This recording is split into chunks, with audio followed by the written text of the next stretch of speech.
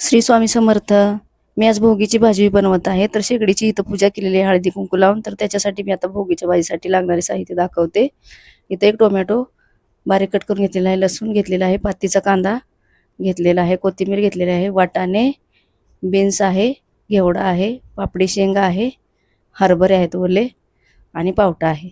आता हे वांग, बटाटा आणि गाजर पाण्यामध्ये ठेवले काळं पडू नये म्हणून. तर इथं मी कढईमध्ये 2 चम्मच तेल घातलेलं आहे.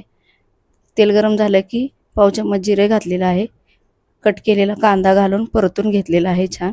आता याच्यामध्ये कढीपत्ता घालून टोमॅटो घालून हेही परतून घेतलेलं आहे आणि चवीनुसार मीठ घालून सुक्या खोबऱ्याचं वाटण वाटलेलं तेही मिक्स करून घेतलेलं आहे.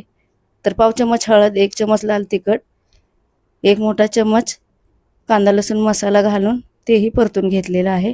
आणि आता याच्यामध्ये वांग बटाटा मिक्स करून तेही परतून घेऊन आता हे वाटाणे शेंगा हे सगळं मिक्स करून घेणार आहे. तर या भाज्या मी सगळ्या छान परतून घेतलेल्या आहेत आणि ताटाचं झाकण देऊन त्याच्यावरती मी आता पाणी ठेवून शिजवून घेणार आहे. तर इथं मी एक ताट झाकलेलं आहे, त्याच्यावरती एक छोटा तांब्या भरून पाणी घातलेलं आहे. तर इथं आता पाहूया, पाणी आपलं गरमही झालेलं आहे आणि भाज्यांतलंही पाणी आटलेलं आहे. तर आता हे गरम पाणी त्याच्यामध्ये मिक्स करून भाजी छान शिजवून घेणार आहे.